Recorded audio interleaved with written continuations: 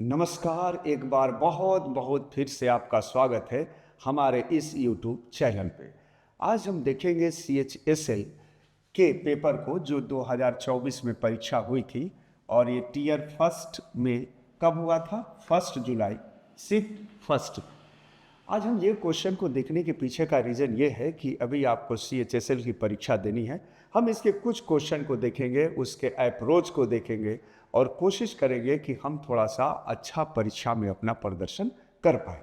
तो चलिए ज़रा सा देखते हैं। पहला क्वेश्चन ये बोल रहा है कि एक दुकानदार एक वस्तु का अंकित मूल्य 40% बढ़ाने का निर्णय लेता है और वस्तु को मूल अंकित मूल्य पर बेचने के लिए उसे कितने प्रतिशत की छूट देनी चाहिए। तो हमने आपको पहले ही एक बार बताई थी कि जब भी आपको परसेंटेज दिखाई दे उसे आप फ्रैक्शन में ढाल लें। अगर आप फ्रैक्शन में नहीं ढालना चाह रहे हैं तो आप नॉर्मल भी इसे कर सकते हैं। तो जरा सा मैं फ्रैक्शन में ढाल रहा हूँ। 40% क्या बनेगा? 40% 40/100 तो क्या हो जाएगा? 2/5, है ना? समझ रहे होंगे। और चूंकि इंक्रीज हो रहा है तो 2/5 क्या बनेगा? 7/5 बनेगा। अर्थात ये कितना इंक्रीज करना पड़ेगा? 2 इंक्रीज करना पड़ेगा। किससे? अंकित मूल्य से। और अंकित मूल्य कितना है भाई? 7 है। तो 2/7 इंटू का 100, इसे हम कैंसिल करेंगे तो हमारा पे यहाँ पे आंसर हमारे प्राप्त हो जाएंगे। लेकिन अब जरा समझिए कि हम कैंसिल क्यों करेंगे। क्योंकि हमें पता है कि 1/7 का जो वैल्यू होता है वो होता है कितना? 14.28। तो 2/7 अर्थात इसका डबल करेंगे 28.56 आएगा या 57 आएगा, लेकिन 28 तो पक्का आएगा। तो यहाँ पे ये वाला आंसर हमारा बन जाएगा। आई होप कि आप चीज़ों को समझ पा रहे होंगे। अगर कुछ बच्चे ऐसा करना चाहते तो वैसे भी कर सकते हैं। 40/140 इंटू का 100 आप ऐसा भी कर सकते हैं, लेकिन आप कोशिश थोड़ा ऐसे करेंगे, है ना। चलिए अब हम अगले क्वेश्चन में बढ़ते हैं। अगला क्वेश्चन जो हमारा है वो भी आपका SSC CHSL और इसी वर्ष अर्थात कि 2024 का है। तो आइए जरा सा देख लेते हैं। क्वेश्चन क्या बोल रहा है? मोहन पहले वर्ष में अपनी बिक्री राशि में 12% की वृद्धि करता है, दूसरे वर्ष में 15% की वृद्धि करता है, जिससे उसकी वर्तमान बिक्री 128,800 हो जाती है। हमें क्या निकालना है? पहले उसकी बिक्री का कितनी थी, पहले उसकी बिक्री कितनी थी, हमें ये निकालना है। आपको पता है कि हमने आपको बताया है कि परसेंटेज आपको जहाँ भी दिखाई दे इसे फ्रैक्शन में ढाल लें, और अगर इंक्रीज कर रहा है तो इंक्रीज कर ले और डिक्रीज कर रहा है डिक्रीज कर ले, और पहले की वैल्यू निकालनी है तो इसे रिवर्स कर लें। तो ऐसा हम लोगों ने फंडामेंटल वाले वीडियो में आपको हमने स्टार्ट में पढ़ाया है और बताया है, अर्थात कि सिखाया है। अगर आप ऐसा नहीं करना चाहते तो डायरेक्ट आप ऐसा कर सकते हैं। 12% बढ़ गया तो कितना होगा? 112/100। हमें पहले का वैल्यू निकालना है तो क्या करेंगे? 100/112। आप ऐसे भी कर सकते हैं। 15% क्या होगा? 100/115। मैं फ्रैक्शन को क्यों रिवर्स कर रहा हूँ? क्योंकि हमें पहले का वैल्यू निकालना है। इंटू कितना होगा? 12800। अब चाहो तो इसे आप कैंसिल कर लो या यहाँ डिजिट सम आप लगा सकते हो। अब चाहो तो फैक्टर भी लगा सकते हो। क्योंकि मैं डिजिट सम इसे लगाने जा रहा हूँ, फैक्टर से भी ये बनाया जा सकता है। डिजिट सम लगाएंगे तो क्या होगा? जरा सा देखते हैं। 1 1 2 और 2, यहाँ कितना आएगा? 4। यहाँ देखिए 5 1 6 1 7 आएगा। 7 में 4 से गुना करेंगे क्या आएगा? 28। 28 को जोड़ेंगे क्या आएगा? 1। अब यहाँ देखो क्या आ रहा है? 8 8 16 2 18 1 19 9 1 10, यानी 1 आएगा। एक यहाँ भी, एक यहाँ भी, इसका मतलब कि एक वाला आंसर बनेगा बी है। अब सवाल ये है कि आपको लगेगा कि सर यहाँ तो 2 4 6 जीरो है और यहाँ पे 5 ही जीरो है। तो आप जरा इमेजिन करो, 5 2 जा क्या होता है? 10। 10 का मतलब क्या हुआ? एक जीरो यहाँ से कैंसिल हो जाएगा। आई होप कि चीज़ें आपको समझ में आ रही होंगी। आइए जरा सा थर्ड नंबर वाला क्वेश्चन हम लोग देखते हैं। थर्ड भी आपका जो पेपर है वो SSC CHSL 2024 का पेपर है। तो आइए जरा सा देख लेते हैं क्या बोलता है। किसी धनराशि पर 2 होल 6/7% प्रतिशत की दर से कितने वर्ष में साधारण ब्याज मूलधन के बराबर हो जाएगा? यानी SI जो होना चाहिए वो किसके बराबर होना चाहिए? P के बराबर होना चाहिए। हमने जो बेसिक कंसेप्ट वाली मैथ्स की जो वीडियो है उसमें हमने आपको बताया था। सबसे पहले इसको डील करेंगे। क्या आएगा? 20/7। 7 आएगा। अब देखो 20/7 का क्या मतलब होता है, अगर आप ध्यान दोगे तो इसका मतलब ये हुआ कि इतना परसेंट है, इसको और डील करोगे नीचे 100 लिखोगे, लेकिन आप इतना मत करो। यही देखो कि हमने बताया था कि नीचे वाली जो वैल्यू होती है वो सीपी होती है, वो प्रिंसिपल होती है, वो टोटल वैल्यू होती है। तो यही हम देख सकते हैं कि 7 से जो ऑप्शन, चूंकि ये क्या है, प्रिंसिपल है, और प्रिंसिपल और एसआई बराबर है, तो ऐसे केस में अगर बात करेंगे तो ये देखेंगे कि 7 से जो वैल्यू डिवाइड होगा उतने ही टाइम में वो क्या होगा, बराबर होगा, और यहाँ पे आंसर क्या बनेगा, सी। लेकिन आप बोलोगे कि सर नहीं, थोड़ा सा इसे आप थोड़ा सा एक्सप्लेन करके बताइए। तो आओ जरा मैं एक्सप्लेन करता हूँ। क्या बोल रहा है, P बराबर क्या है, एसआई है, और एसआई बराबर क्या होता है सर, P गुने R गुने T बटे का 100 होता है ना। अब यहाँ जरा सा ध्यान दो, P के बारे में अब एसआई निकालोगे तो P बराबर क्या होगा, P, और ये कितना है सर, ये है आपका देखेंगे तो 20/7, तो इंटू का क्या होगा 20/7, चूंकि 100 ऑलरेडी है, परसेंटेज है 700, इंटू का क्या आया, टी आया। अब इससे आप कैंसिल करोगे 0 0, ये कितने बार में जाएगा, 35 बार में, ये पी से पी कैंसिल होगा, इसका मतलब क्या होगा, बराबर में इधर 1 बचेगा और इधर टी बटा क्या बचेगा 35, ये इधर जाएगा तो टाइम कितना आ जाएगा सर, 35 ईयर्स। आई होप कि चीज़ें आपको समझ में आ रही होंगी। चलिए थोड़ा सा और बेसिक जो कंसेप्ट वाली हमारी वीडियो है ना, उसको आप जरूर देखो ताकि आप इस पर अप्लाई कर पाओगे। अब देखो अगला क्वेश्चन जो है ये भी आपका CHSL का है, 2024 का, और 1 जुलाई का ये शिफ्ट फर्स्ट का। यहाँ क्या क्वेश्चन बोल रहा है, देखो जरा सा। सबसे पहला अप्रोच आप इसमें फैक्टर का लाओ। क्वेश्चन क्या बोल रहा है कि राधिका ने एक बैंक के कैशियर को 18,4,5 मूल्य के चेक के बदले में सिक्के मांगे। कैशियर ने उसे 357 के अनुपात में 5 रुपये, 10 रुपये और 20 रुपये के सिक्के वाला एक पैकेट दिया, तो उसमें सबसे छोटे सिक्के का कुल मूल्य कितना है। सबसे पहले आप देखो यहाँ 3, तो 3 से देख लो कि कौन सा ऑप्शन डिवाइड हो रहा है। 3 से ये डिवाइड नहीं हो रहा है, 3 से ये डिवाइड नहीं हो रहा, 3 से ये दोनों ऑप्शन डिवाइड हो रहे हैं। तो क्या अब हम बड़े से क्वेश्चन बनाएंगे, नहीं, थोड़ा सा इंतजार करें। और यहाँ देखिए ये क्या है, 1845 यानी 8 1 9, देखो 5 4 9 यानी 9 आया, यानी ऐसा ऑप्शन आंसर होगा जो 3 से डिवाइड भी होता हो और जिसका सम 9 भी होता हो। तो अब देखो यहाँ कहाँ आ रहे, बी वाला इसका आंसर है। एग्जामिनर जो है सुपर हिंट डालता है, उसे थोड़ा पकड़ने की जरूरत है।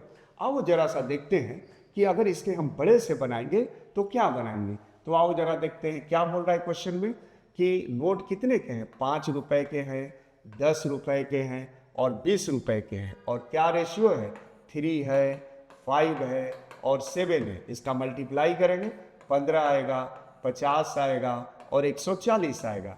अब इसे छोटा करो, 3 आएगा, 10 आएगा और ये 28 आएगा। हमने 5 से चीज़ों को कैंसिल किया है। अब ये देखो टोटल कितना आ गया, ये आ जाएगा 28 38 41।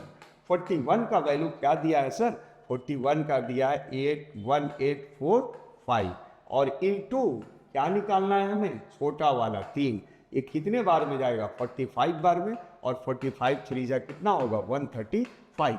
अगर आप बनाते हो तो इतना लंबा थोड़ा सा कैलकुलेशन करना पड़ेगा।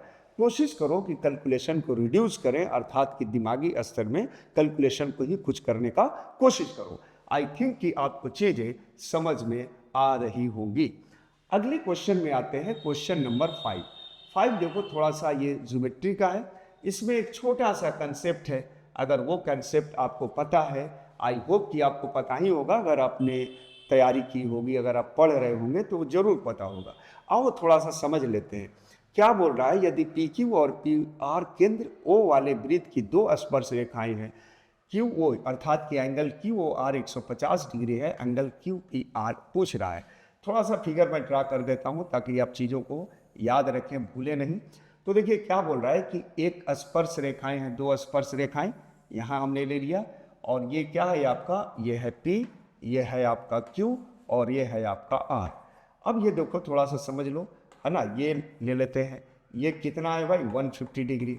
अगर तुम्हें थोड़ा सा थ्योरम याद होगा, आपको याद होगा, अगर 9th 10th में भी अगर आपने पढ़ा हो, अगर नहीं भी पढ़ा है तो अगर आपने तैयारी की होगी तो ये थ्योरम आपको जरूर पता होगा। क्या होता है कि बाह्य से स्पर्श रेखाएं, इन दोनों का सम कितना होना चाहिए, 180 डिग्री, अर्थात कि सप्लीमेंट्री। तो अब देखो जरा सा, यहाँ पे क्या दिया है, angle angle Q O R 150 degree है। तो एंगल क्यू है ना, O R plus angle Q P R बराबर क्या होता है, 180 डिग्री। ये पता होनी चाहिए आपको। नहीं पता है तो ज्योमेट्री वाली वीडियो हम लोग बहुत जल्दी अपलोड करने वाले हैं, उसके कंसेप्ट को आप आसानी से और आराम से सीख सकोगे। अब यहाँ देखो आपकी ये वैल्यू कितनी है, 150 डिग्री। अब इधर लेके जाओगे तो एंगल क्यू पी आर क्या हो जाएगा, एंगल क्यू पी आर आपका 180 में से 150 जाएगा 30 डिग्री। और ये इतना करने का जरूरत था भी नहीं, इसे नॉर्मल वे में आप आसानी से इमेजिन कर सकते थे, अगर थोड़ा सा भी आप अच्छे से गाइडेंस ले रहे हो और सीख रहे हो तो। अब आते हैं हम अगले क्वेश्चन में। क्वेश्चन नंबर 6 क्या है, थोड़ा सा समझो। 6 में क्वेश्चन बोल रहा है, ये भी क्वेश्चन जो है CHSL का ही है, और हम लोग का पर्पस है कि आप एग्जाम में थोड़ा सा इमेजिन करना सीखो, है ना। ये हालांकि एक वीडियो से तो हो नहीं सकता है, बेसिक कंसेप्ट होने बहुत ज़्यादा जरूरी होते हैं, तभी आप उस पर थोड़ा सा स्टंट कर पाओगे।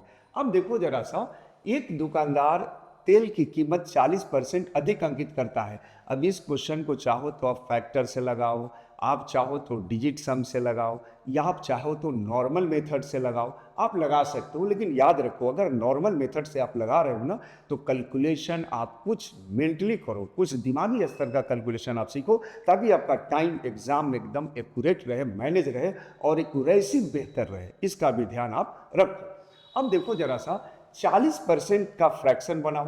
तो 40% 2/5, 7/5 ये हमने बना लिया। हम थोड़ा बेसिक टच कर दे रहे हैं। अब देखो जरा सा, एक खराब मशीन का उपयोग करता है 15% कम मापता है, यानी मेजरमेंट जो है 15% कम हो रहा है। तो कम का क्या वैल्यू है, 15/100, 3/20, 17/20, अर्थात कि तौल 17 रहा है और आपको कितना दिखा रहा है, आपको 20 दिखा रहा है। और अगली बार आते हैं 32%, 32% का डिस्काउंट देता है, छूट। 32 का आप जरा फ्रैक्शन बनाओ तो 32/100 हो जाएगा, है ना। अब फिर अगली बार बनाओगे तो क्या होगा, 4/8 जा 4/25 जा 8/25, छूट दे रहा है तो 17/25, यानी क्या ले रहा है, 17/25। अब ये देखो जरा सा, अब देखोगे ये कैंसिल हो गया, ये 5 4 जा भी कैंसिल हो गया। यहाँ कितना आया, 28/25। यहाँ कितने का छूट दे दिया इसे, देखो जरा सा, 3 का, कित पे, 25 पर। तो क्या प्रॉफिट होगा जरा सा देख लो, ये SP है, ये CP है। तो 3 का प्रॉफिट 4 से गुना करोगे, क्या आएगा, 12%। तो यहाँ हमने फ्रैक्शन को यूज किया है। आप फ्रैक्शन वाले जो मेरे वीडियो हैं, कंसेप्ट हैं, उसको आप सीखोगे, अर्थमेटिक फाउंडेशन, तो वो आप बढ़िया से इसे कर पाओगे। तो जरूर उस वीडियो को आप देखो। और ये 12% है, हमने यहाँ पे आंसर ये वाला लगा दिया। अब सवाल ये है कि आप इन चीज़ों को सीखना शुरू करो, ताकि आपका स्कोर बहुत बेहतर हो, और जब बेहतर होगा तो आपके सिलेक्शन होंगे। अगला देखो, स्टेटमेंट वाले क्वेश्चन है, और स्टेटमेंट में आपसे ये पूछा जा रहा है कि which of the following is true और फॉल्स, अर्थात कि आपको थोड़ी सी प्रॉपर्टी की जानकारी यहाँ होनी चाहिए। प्रॉपर्टी समझ रहे हैं ना, जो थ्योरम होता है, प्रॉपर्टी मतलब संपत्ति नहीं, थ्योरम की जानकारी होनी चाहिए। अब देखो क्या बोल रहा है क्वेश्चन में, ये वाला देखो, ऑप्शन नंबर A है, ये ऑप्शन B है, ये ऑप्शन आपका C है, और ये वाला ऑप्शन D है।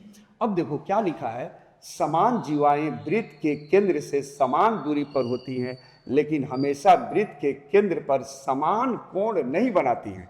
अब देखो, सर्किल वाली जो है, वृत्त वाली, अर्थात कि सर्किल वाली कंसेप्ट आपका क्लियर होने चाहिए। आपको पता होने चाहिए कि वो समान कोण नहीं बनाती है, ये गलत है। समान कोण क्या करती है, बनाती है। चूंकि यहाँ नहीं दिया हुआ है तो ये वाला आंसर नहीं होगा।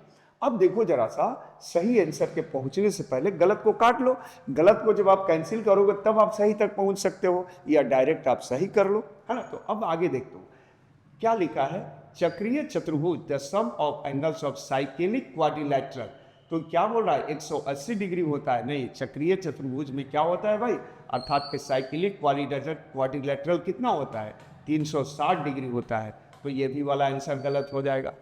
अब अगला बार क्वेश्चन बोल रहा है कि वृत्त के एक ही खंड अर्थात कि the angle subtended by arcs on the same segment of a circle are in the ratio 2:1। ये गलत है, ये क्या होना चाहिए, ये इक्वल है ना। तो यहाँ अंतरित कोण हमेशा क्या होते हैं, बराबर अर्थात कि समान होते हैं। तो ये वाला भी आपका आंसर गड़बड़ हो जाएगा, है ना। अब अगली बार क्या बचेगा, बी। और बी तो पहले बार में दिखाई दे रहा था कि क्या दिखाई दे रहा था, ये two circle touch each other, the point of contact lies on the line joining the two centres. यदि दो वृत्त एक दूसरे पर स्पर्श करते हैं तो संपर्क बिंदु दोनों केंद्रों को मिलाने वाली रेखा पर स्थित होता है। तो ये वाला सही जाएगा। सर्किल का कंसेप्ट अगर आपका सही है तो इससे क्वेश्चन अक्सर एसएससी के अंदर, रेलवे के अंदर पूछा जाता है और नॉर्मल एग्जाम में, स्टेट में भी ये पूछा जाता है। तो आप जरूर सर्किल के कंसेप्ट को सही करो और हम लोगों के साथ जुड़ो। हम लोग ये सही कराएंगे, ज्योमेट्री कराएंगे, अलजेब्रिकल कराएंगे, इसके अलावा नंबर सिस्टम कराएंगे। नंबर सिस्टम एक बड़ा ह्यूज पार्ट होता है, वो कराएंगे। मैथ्स के अंदर डीआई, फिर उसके अलावा जीएस, फिर उसके अलावा जो है इंग्लिश, सारे चीज़ों को लॉजिकल स्टडी हम लोग कराएंगे। तो आप जरूर जुड़ो हम लोगों के साथ में। चलो और आगे देखो थोड़ा सा, अगली बात अगर करते हैं तो क्वेश्चन नंबर आता है 8। अभी देखो इस क्वेश्चन के अंदर क्या पूछ रहा है, क्वेश्चन में पूछ रहा है कि एक क्यूब का अर्थात कि घन का पृष्ठीय, है ना, क्षेत्रफल कितना है, 486 सेंटीमीटर है। आयतन ज्ञात करिए। अब सरफेस एरिया जो होता है ये आपको पता होना चाहिए अगर आप फॉर्मूले लगाते हो तो चलो पहले सबसे पहले फॉर्मूले लगाकर देखते हैं। ये क्या होता है, इसका जो सरफेस एरिया है, टोटल सरफेस एरिया, ये क्या है, 6a² का वैल्यू क्या दिया है, 486। तो a स्क्वायर का वैल्यू क्या हो जाएगा, कैंसिल करोगे 81। तो a का वैल्यू कितना हो जाएगा, ये हो जाएगा 9, क्योंकि ये हटेगा तो क्या होगा, ये अंडर रूट में आता है ना, a स्क्वायर 81, तो a बराबर अंडर रूट 81, तो a आ गया 9। अब चूंकि आयतन है तो अब समझो घन का अर्थात के क्यूब का जो वॉल्यूम होता है वो क्या होता है, ए क्यू। अब ए क्यू का मतलब क्या होता है, 9 हमारे 3 बार हो जाएंगे, तो 9 3 बार हो जाएंगे तो क्या होगा, 7 2 9। लेकिन अब थोड़ी सी बात समझो कि क्या इतना करना यहाँ जरूरी था, तो एकदम इतना करना जरूरी नहीं था। आप नॉर्मल देखो, ये आयतन है अर्थात कि क्यूब है और एक अलावे 9 भी है। देखो जरा सा 6 8 14 और 4 18 9 भी है।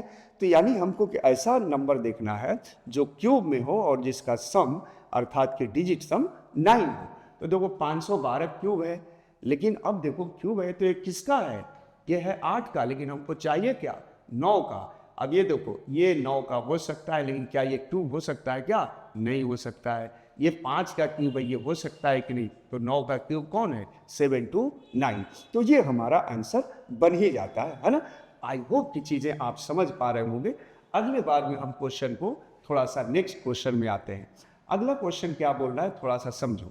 अगले क्वेश्चन में बोल रहा है कि दिया गया है कि दो समरूप त्रिभुज, समरूप को क्या बोलते हैं सर, तो सिमिलर ट्रायंगल बोलते हैं, है ना। अब देखो ए बी सी, ये डबल है ना, A B C and D E F कितना है, 24 सेंटीमीटर और 9 सेंटीमीटर, है ना। थोड़ा सा मिस प्रिंट है तो थोड़ा सा इसको हटा लोगे ये, है ना। अब समझो ये कितना दिया गया है सर, 24 और 9 सेंटीमीटर। तो इनका हमें ए बी सी और DEF के क्षेत्रफल अर्थात की एरिया का रेशियो आपको निकालना है। अब आपको पता होना चाहिए ये सर कि जो इनका एरिया होता है, एरिया तो किसके बराबर होता है, तो इनके परिमाप के एरिया का रेशियो किसके बराबर होता है, एरिया के रेशियो के समरूप त्रिभुज अर्थात की सिमिलर ट्रायंगल के परिमाप अर्थात की पेरीमीटर के स्क्वायर के बराबर होता है, पेरीमीटर के स्क्वायर के बराबर, यानी किसके, तो पेरीमीटर के रेशियो। जरा समझो मेरी बात को, क्या बोल रहा है क्वेश्चन में, इस समरूप जो त्रिभुज होता है ना, समरूप त्रिभुज के क्या बोल रहा है, जो क्षेत्रफल का जो अनुपात होता है ना सर, ये क्या होता है, तो समरूप त्रिभुज के परिमाप के अनुपात का क्या होता है, स्क्वायर होता है सर, स्क्वायर होता है। अब आप समझो जरा सा, तो पहले अनुपात ले लेते हैं, क्या है 24/9, कैंसिल करोगे 3 8 और 3 3। अब इसका स्क्वायर करोगे तो कितना हो जाएगा, 8 8 जा 64 और 3 3 जा 9। तो 64:9 कहाँ है, यहाँ पे है और ये वाला आपका आंसर बनेगा। अब थोड़ा सा समझो कि क्या अगर हमें ये थ्योरम पता है कि कोई भी जो सिमिलर ट्रायंगल का जो एरिया का अनुपात होगा वो क्या होगा, तो सिमिलर ट्रायंगल के पेरीमीटर के इस अनुपात के स्क्वायर के बराबर होता है। अगर आपको ये पता होता तो आप आसानी से यहाँ देख लोगे, देखो स्क्वायर की तो ये तो है नहीं, ये तो स्क्वायर 64 है, ये नहीं, ये तो 54 किसी का स्क्वायर नहीं है, यहाँ 54 नहीं है, दोनों स्क्वायर होने चाहिए। तो देखो यहाँ पे है स्क्वायर का मतलब जिसका अंडर रूट निकाला जा सके। आई होप कि चीज़ें आपको समझ में आ रही होंगी, है ना। तो चलिए अब हम आगे बढ़ते हैं, और आगे बढ़ने से पहले बस एक बात आपको बताना चाह रहे हैं कि अगर आपको वीडियो पसंद आ रही है, अगर आप चीज़ों को अच्छे से समझ पा रहे हो, तो इस वीडियो को लाइक करो, थोड़ा शेयर करो और हम लोग के साथ जुड़ो, ताकि हम लोग कंसेप्चुअल और लॉजिकल स्टडी आपको करा पाएँ। बहुत बहुत धन्यवाद।